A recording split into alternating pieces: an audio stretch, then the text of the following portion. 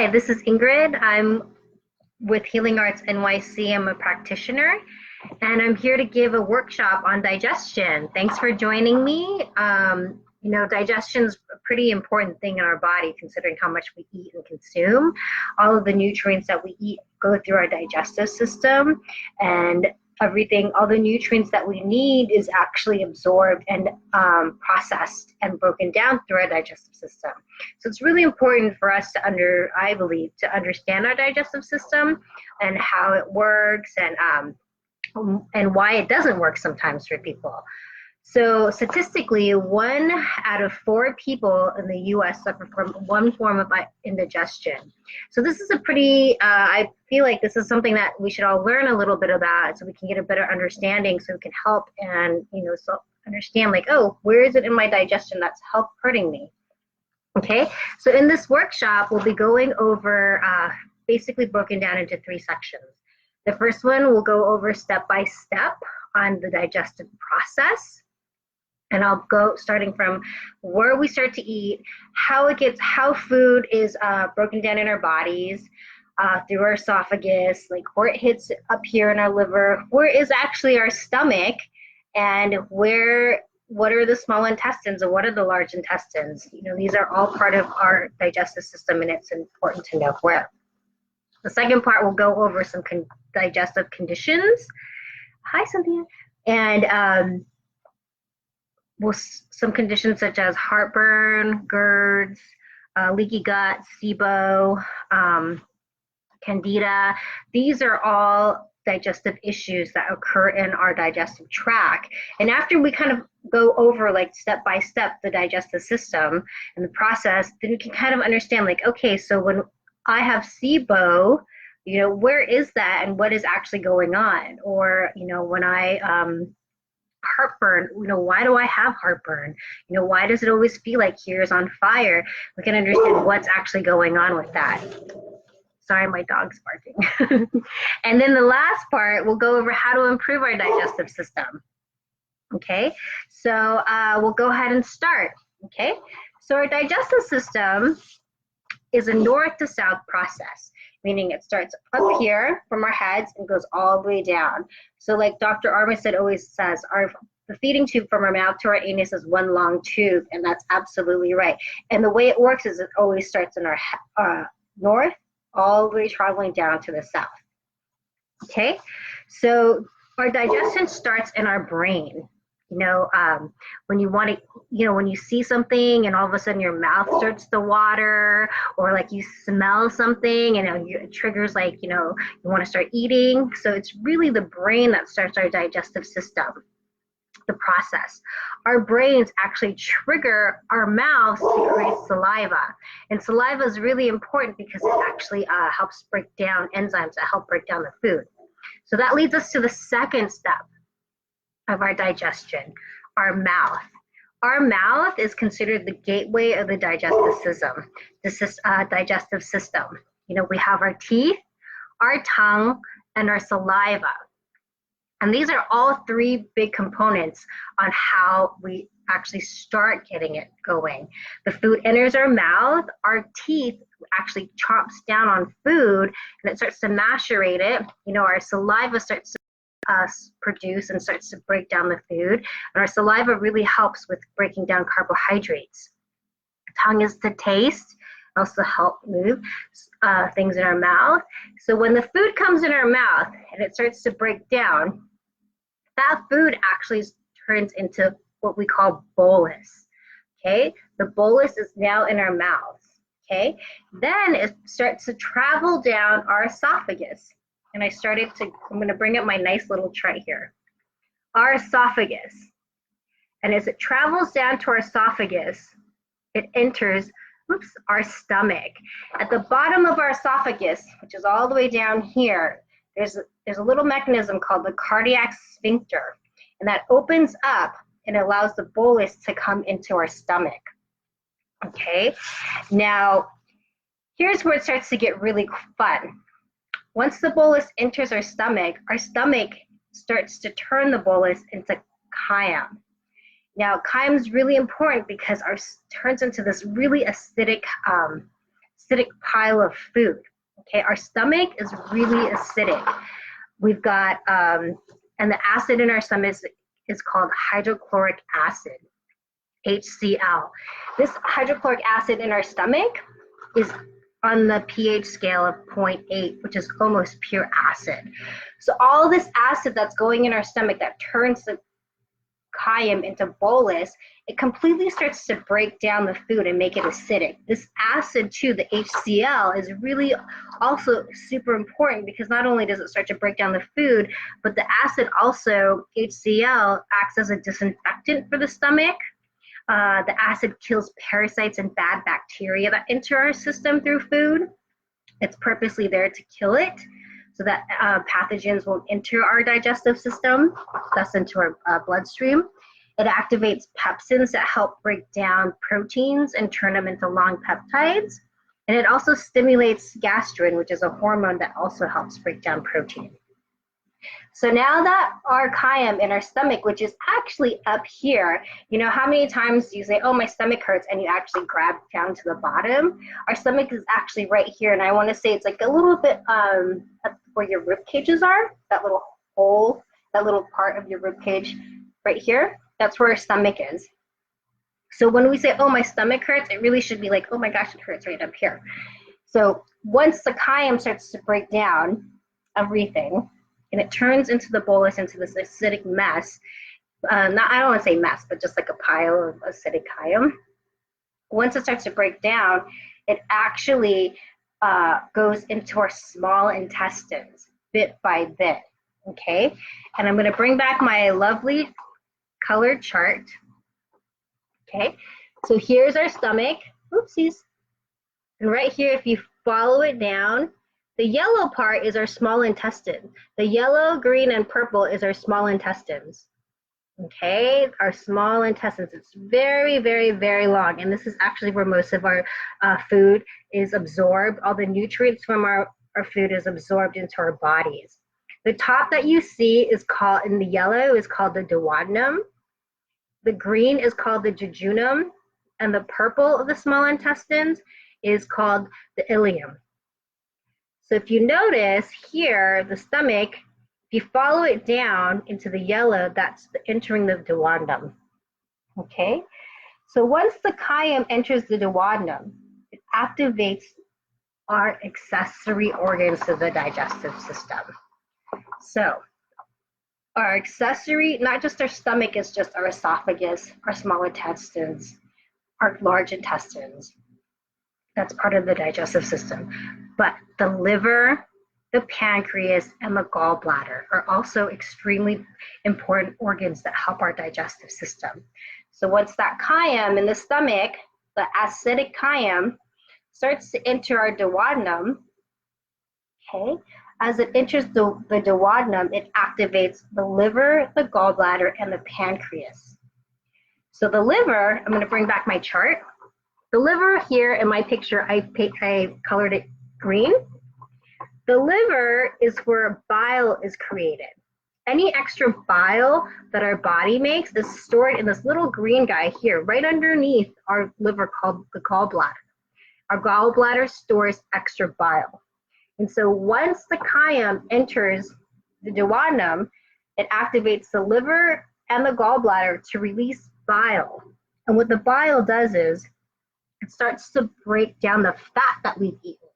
Okay, all that yummy fat that we like to eat because it tastes good, you know, it needs to be broken down in our bodies, and that's what bile does. Okay, so as it goes into the duodenum and it activates the liver and the gallbladder to help emulsify the fat through the bile, the chyme also triggers the pancreas. So the pancreas is important not only just for blood sugar, but our pancreas, what it does is it releases pancreatic juices and bicarbonate. So all the acid that's accumulated on the chyme, once it enters our small intestines, the bicarbonate and the pancreatic juices, the bicarbonate neutralizes it so the rest of the small intestines can digest and absorb the nutrients that's in the chyme, okay? And the pancreatic juices also release enzymes that further help break down the food that we've eaten. So again, we've already started to break down carbohydrates in the saliva. In the pancreatic juices, it releases pancreatic amylase that further break down carbohydrates. It also does pancreatic lipase, which breaks down more fat, and protease, which is there to help break down protein. Okay, so all this great things. So once it neutralizes, it starts to continue to fall through the duodenum into the jejunum. I have to go backwards, so I'm slowly tracing the jejunum. Once it enters the jejunum, if you notice all of these lines here, if you can imagine, I'll kind of zoom in a little closer. If you can imagine all of this black, all of these, where the black outline is for the small intestines, along these black lines are these little tentacle jelly things called villi and macrovilli. Basically what it does is once the food gets broken down into proteins, fats, and sucrose and sugar and carbohydrates from the carbohydrates, the villi starts to attach, the food starts to break down and attach into the villi. And the villi, as it's wiggling and attaching and doing its thing, it absorbs the nutrients into the lining of the small intestines, and it releases the nutrients into our bloodstream so that the blood can transport all the nutrients where it needs to go to help support the rest of our body, to the heart, our muscles, our lungs, our heart, I said that, our tissues, the lymphatic system, our bones. That's where all of it happens, right here in the small intestines. And that macrovilli and the villi is so important because it's there to absorb all these nutrients and allow it to go into our bloodstream and carry the nutrients to the rest of our body. Okay, so now that it's gone into the jejunum, whatever's left over goes into the ileum, and that's where it gets transported. Ileum is in purple. Then it gets transported into the large intestine. So our large intestines, if you see, it actually surrounds our small intestines. So it starts from here, from the right, travels all the way up, across, down to our left, and all the way down to the sigmoid that leads to the rectum. Okay, so in the large intestine, whatever remains, the large intestine takes, and this is where most of the water is taken, and our water starts to absorb everything. Electrolytes from our water is absorbed through our large intestines. And also any indigestible fibers, any leftover bile, recycled bile, and slaughter off tissues travel through our large intestines, and ultimately it turns into poop. And also I want to say the large intestines are really also important because it converts the microflora in our large intestines, converts our nutrients into vitamin K, B1, B2, B12, and butyric acid. And the colon cells, actually, the primary food for colon cells is butyric acid. That's really kind of important. If you notice here, there's a little appendix. Just kind of a fun fact, our appendix is actually like our storage for probiotics. It's kind of nice to know. Okay, so any residual chyme that ends up in the sigmoid actually turns into bacterial and digestible waste that goes through the anus and where we poop. So a lot of people say eating a high fiber diet is really important to get our digestive system moving, which is absolutely true. But another part, the reason why I mentioned the bile from our liver and our gallbladder is that the bile actually stimulates our digestive tract to actually want to go to the bathroom. Okay, so that's basically our digestive system in a nutshell. So it starts with our brain, we start to break down with our mouth, and as it travels through, all of these really cool things are happening here in our stomach, where it turns into acid. From our stomach, it goes into our duodenum, small intestines, Everything starts to get absorbed, all the yummy nutrients and all the great things that our body needs. And then it goes into our large intestines. Our large intestines absorbs electrolytes and water and creates vitamin K, B1, B2, B12, some other really great things. Whatever is left over is released into our sigmoid, and we poop it and pee it out. So that is our digestive system in a nutshell. So let's talk about when things aren't working the way it should. So I've listed a few digestive conditions, and you're welcome to ask questions about any other digestive things that come up that I haven't touched upon. So we'll talk about heartburn first. Okay, so heartburn or GERD is actually when the stomach isn't producing enough acid. So that seems a little ironic, right? Because when you start eating, when you get heartburn, it feels like there's too much acid coming up out of our stomach and into our esophagus. And it feels like you're burning, heartburn. So really, you take things like antacid, which is an acid suppressor, Tums, Perlosec, Nexium. These are all things that actually suppress acid production in our stomach. But in reality, our stomach needs to be producing more acid in order for it to break down properly, so that the cardiac sphincter isn't like loose and opening and just like letting food come back up and down. So what we like to do is to say, what you really should be doing is increasing your hydrochloric acid. So supplements that we have, you've heard of betaine HCl. That's exactly what helps break down or produce more stomach acid, so that it alleviates in the long run heartburn. Zinc and vitamin B are also super helpful in helping heartburn. The other thing is talking about stomach acids. So when your stomach acid, like we mentioned earlier, how like bolus follows down the esophagus and turns into chyme in our stomach, that acid is really, really important to break down the food that we've eaten. It should really turn into like a pile of like mesh. I always imagine it should be like as soft as something like mashed potatoes.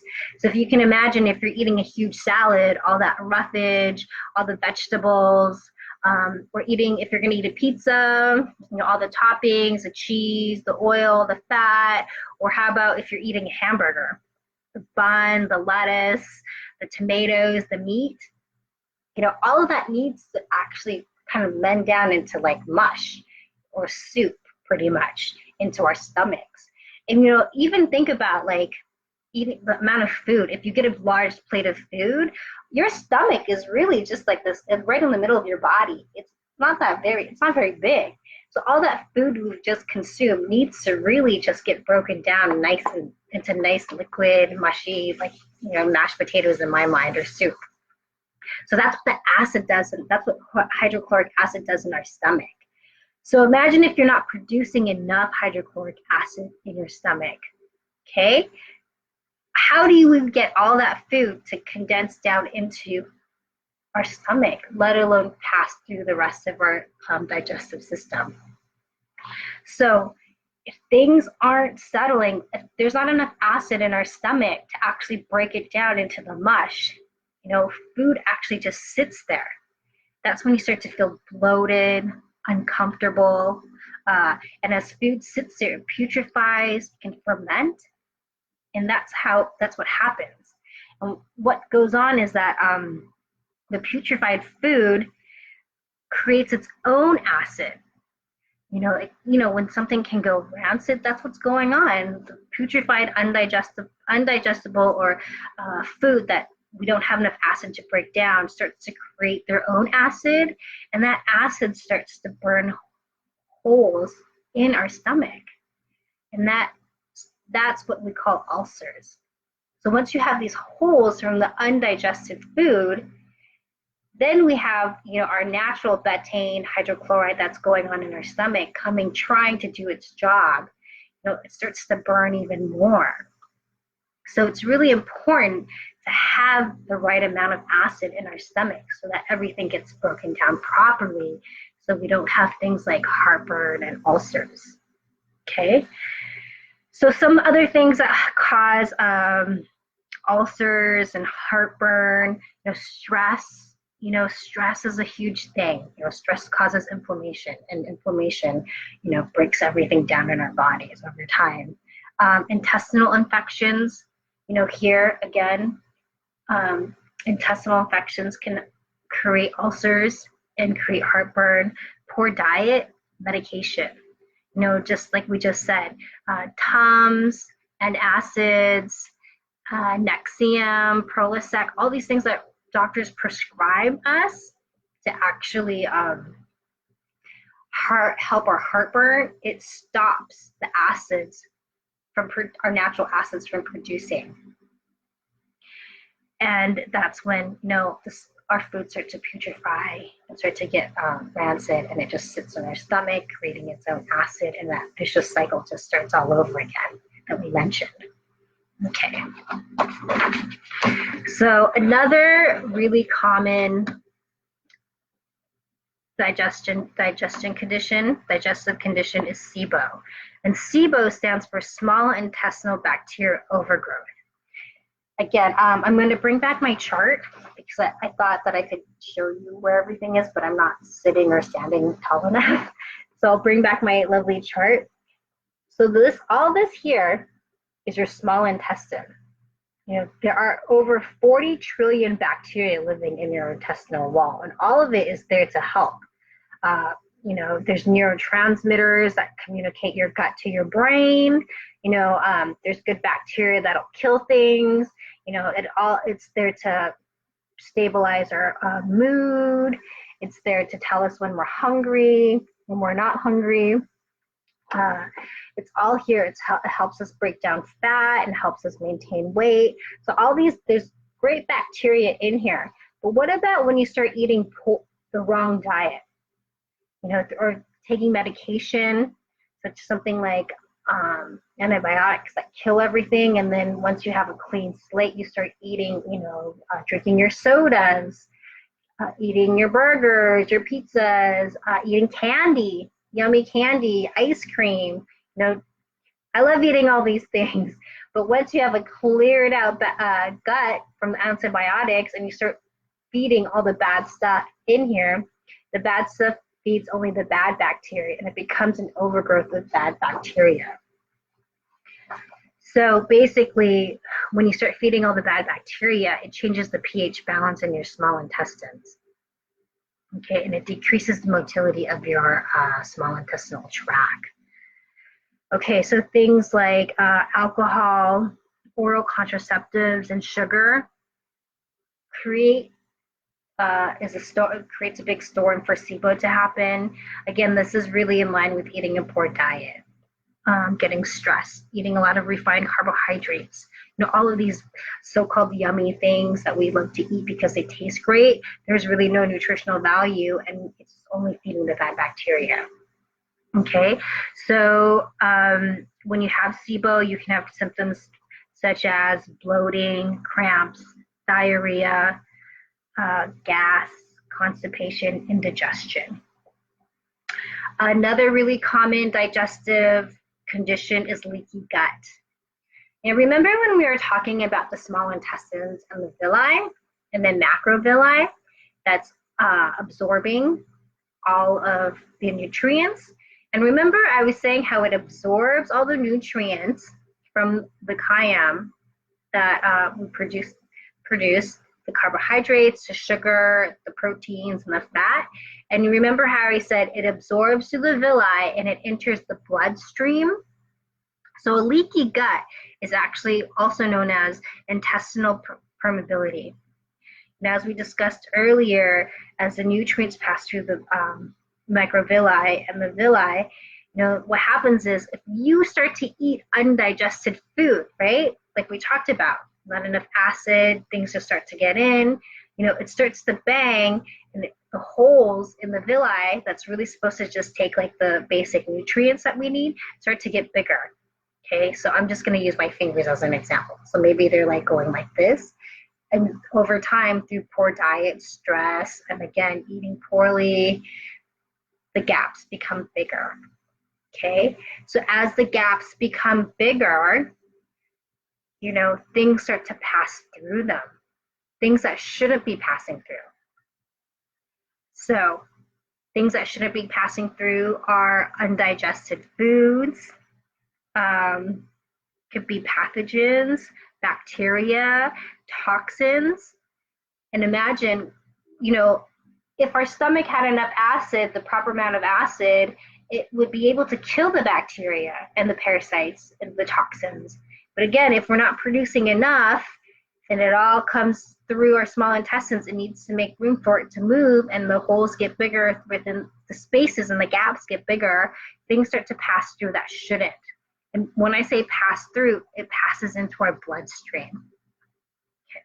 So again, not scary, but the reality is bacteria, toxins, and undigested food come in. So what are some rashes? Are some symptoms of leaky gut?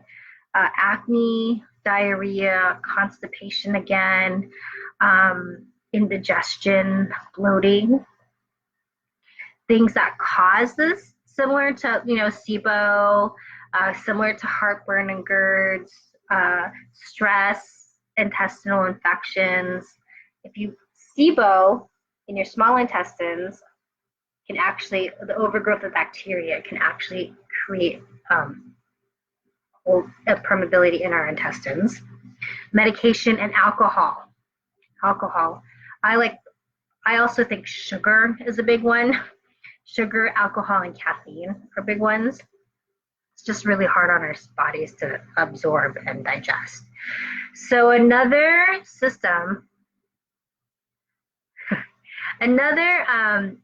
digestive condition is irritable bowel syndrome, or inflammatory bowel syndrome.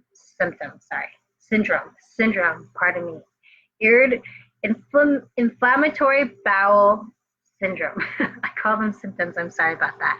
It's also known as fasciculitis, irritable colon, and this is when the lines in the lines in your intestines start to get inflamed. Okay, and that can be, again, the symptoms are similar. It could be diarrhea, constipation, bloating, hydration. I did a water workshop a few months ago. Water is actually considered a sixth nutrient of our body. After protein, carbohydrates, and fat, vitamins, and minerals comes water. So when it comes to inflammatory bowel syndrome, water is really great. Water helps our large intestines.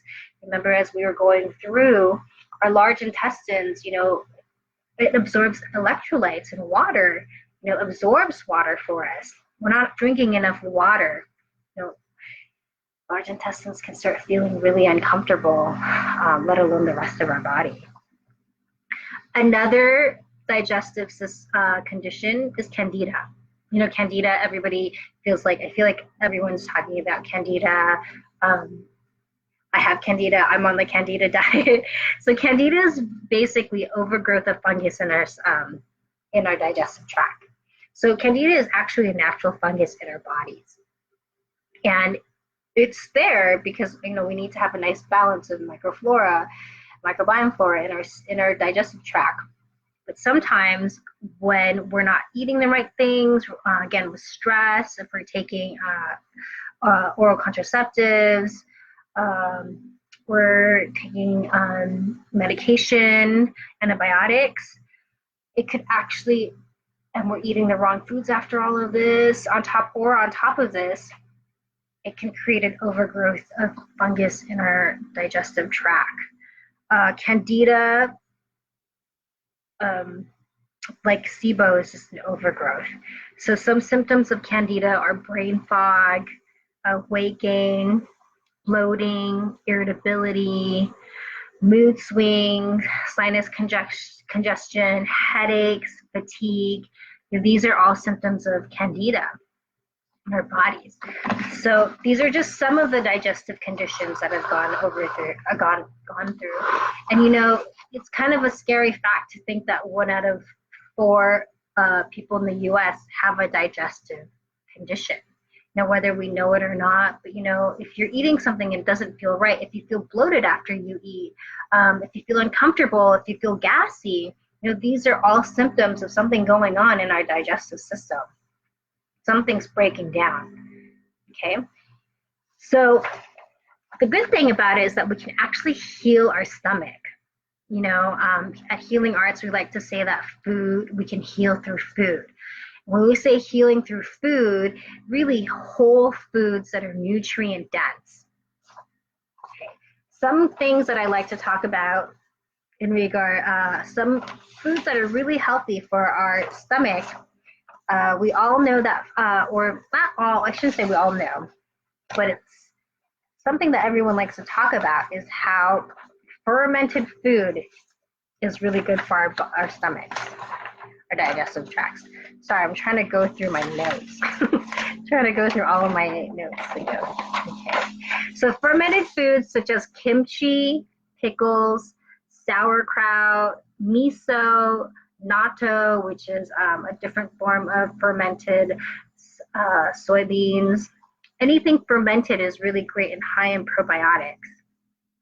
And so that'll help with our stomachs, helping, again, develop, creating a healthy flora. Some great foods for healing the gut, onions and garlic.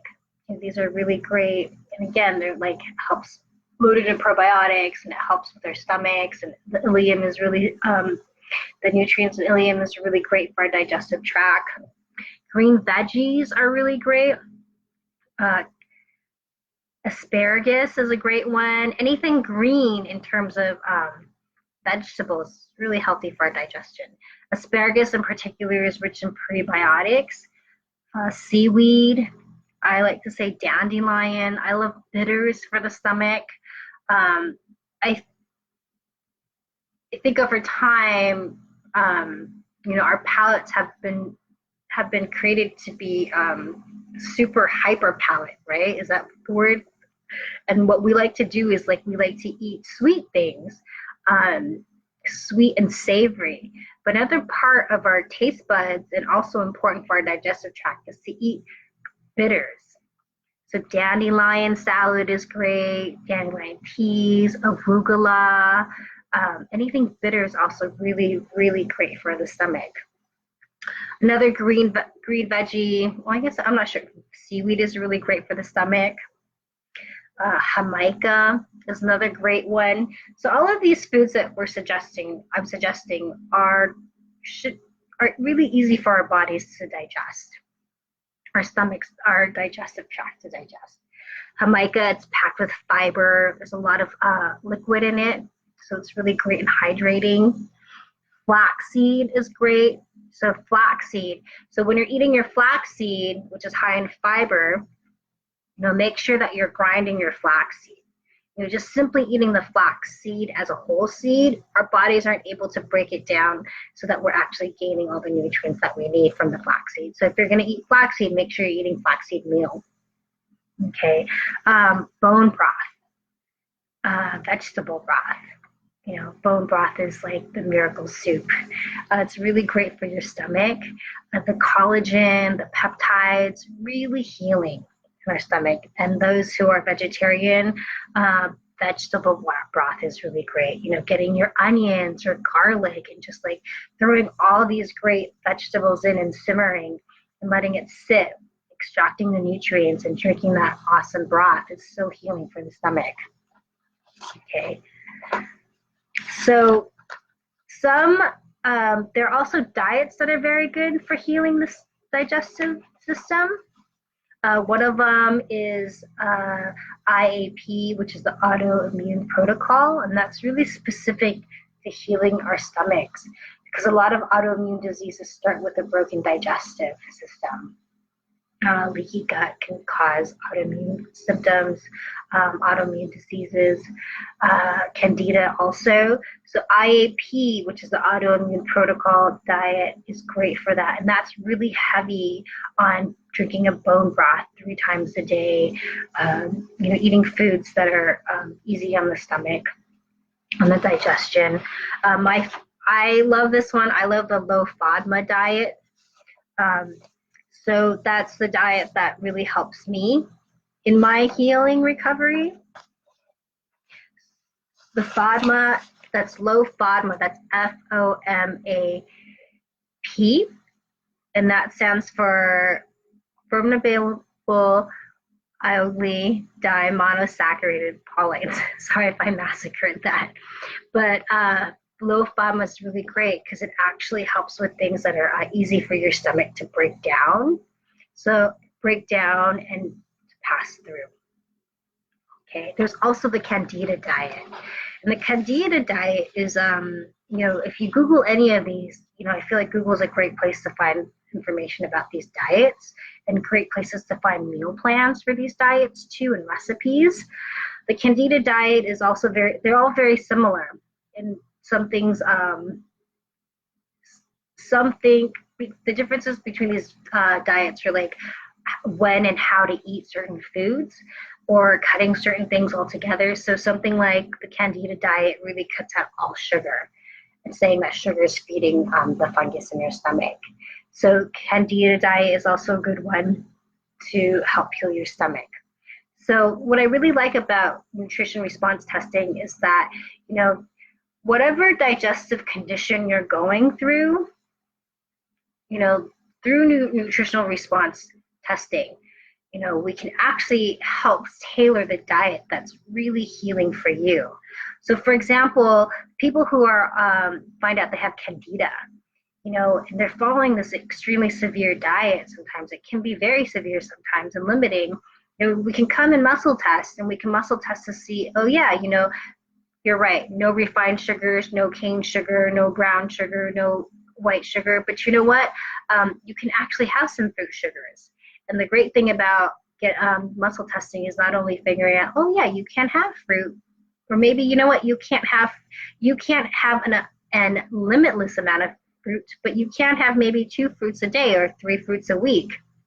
So that's one of the great things about muscle testing. We can really create a tailored diet just for your nutritional needs and for your healing, where you are in your healing journey. Okay, so some things, I know I'm going to start moving into supplements. There's a lot of supplements out there to help heal the stomach.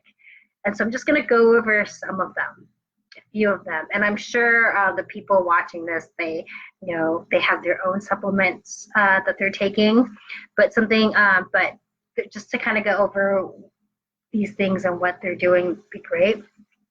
So some great supplements, we all know about probiotic. Probiotics feed and help our digestive system. Then there's also prebiotics. So prebiotics are actually there to help the bacteria digest the probiotics.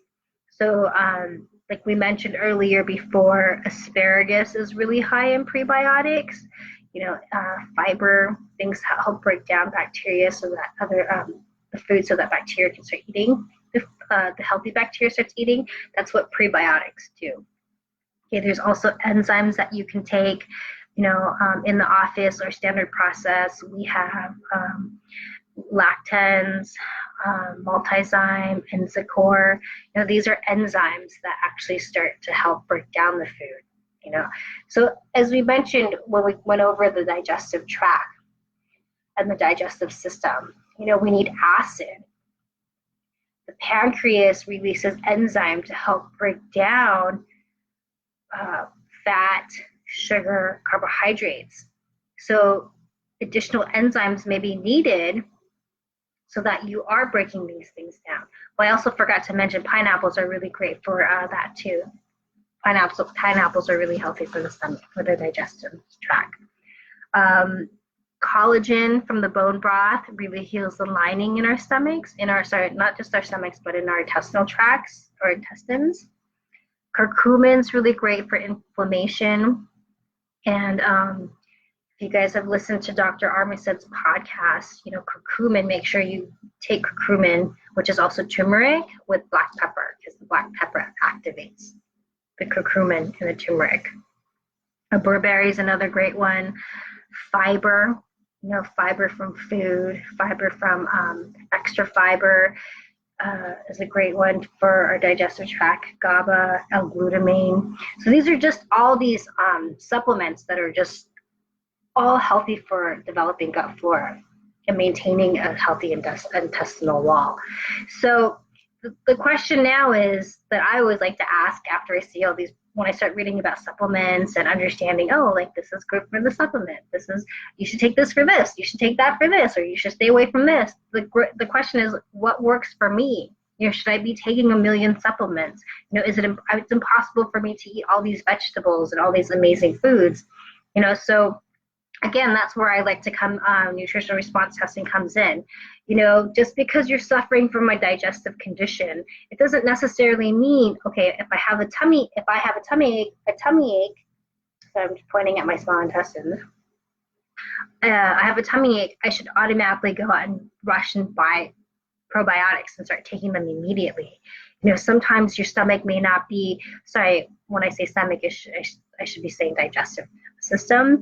Your digestive system may not be ready to actually absorb the probiotics. Maybe what you really need is something as simple as turmeric, because the inflammation needs to come down so that everything starts to move a little bit better and easier. And then you can actually start layering probiotics. Or maybe what you simply need is enzymes. So, muscle testing is really great. Nutrition response testing is really great to see where you are at, again, in your healing journey, and where your digestive system is, what it really needs to start absorbing the nutrients properly and start to alleviate the symptoms of bloat, gas, constipation. Okay, so that's kind of the basics of the digestive workshop. Let me scroll down to see if anybody has any questions. We can talk, like to answer some. If not, I guess I'll squeeze in one little thing. I could really talk for hours about the digestive system because it is such a complicated thing. To understand that there are 40 trillion different types of bacteria living in your stomach, in your digestive system, in your intestines, it's absolutely mind-blowing. And, scientists don't even know half of them. We don't even quite understand half of what they do, but they're all there for a reason. So I could really talk more about it. So let's talk a little about how 80% of our immune system is in our stomach. So I'm going to bring back my lovely chart. So along our intestinal walls here, as we're absorbing all the nutrients here, there are actually lymph nodes in our along our intestinal tract. These lymph nodes are called Breyer's patches, and that's where, the lymph node is a big part of our immune system, and that's where everything that happens here in the lymph nodes, how it's doing, how it's not doing, how well it's being maintained. If you're getting something like inflammation here along your large intestines, right? Inflammation, know that your lymph nodes are here. So if your lymph nodes are inflamed, it inflames your immune system. And that part of your stomach, your digestion, is called GALT, which is gut-associated lymphoid tissue. So that's why they say 80% of our immune system is in our gut. And also not just the lymph nodes, but if you also can think about, if we're not eating the right food, we're not absorbing the right nutrients. And these nutrients need to really power and get our bodies moving. So if we're not eating the right foods, then our bodies aren't performing at high capacity. It's almost like saying, if with your car, if you're not putting the right gas in your car, or just not even putting gas in your car, imagine putting, let's see, imagine putting um, chocolate pudding in your car, thinking that chocolate pudding, which is like as like liquidy and as viscous as oil sometimes, or gasoline, could power your car. Or if you're putting something like I don't even want to say oil, because some cars are actually powered through oil, but the closest thing I can think of, if you're putting, something, or like soda, thinking that your car your engine can run on soda. It may start, but actually, over time, as you're mixing it in, right, it's going to damage your engine, and that's how it starts to damage your body. Sorry, my dog's barking. But that's really what it is. So in our guts, if we're not eating the right things, we're not absorbing the right foods, and it always goes back to eating the right nutrients absorbed to power our bodies like machines. Okay, so that's just a bit of an overview of our digestive system. I hope you found this informative and helpful. If you have any questions, you're welcome to email me at Ingrid at Healing Arts, and I'll go ahead and enter that in the comments. Healing Arts in NYC. I'd love to help.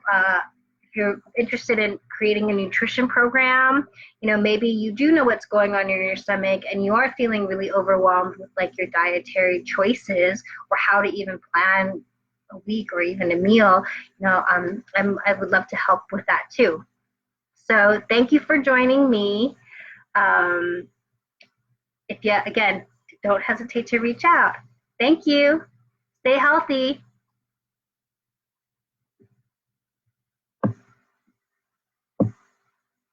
Oh, sorry, Delane, I just saw this.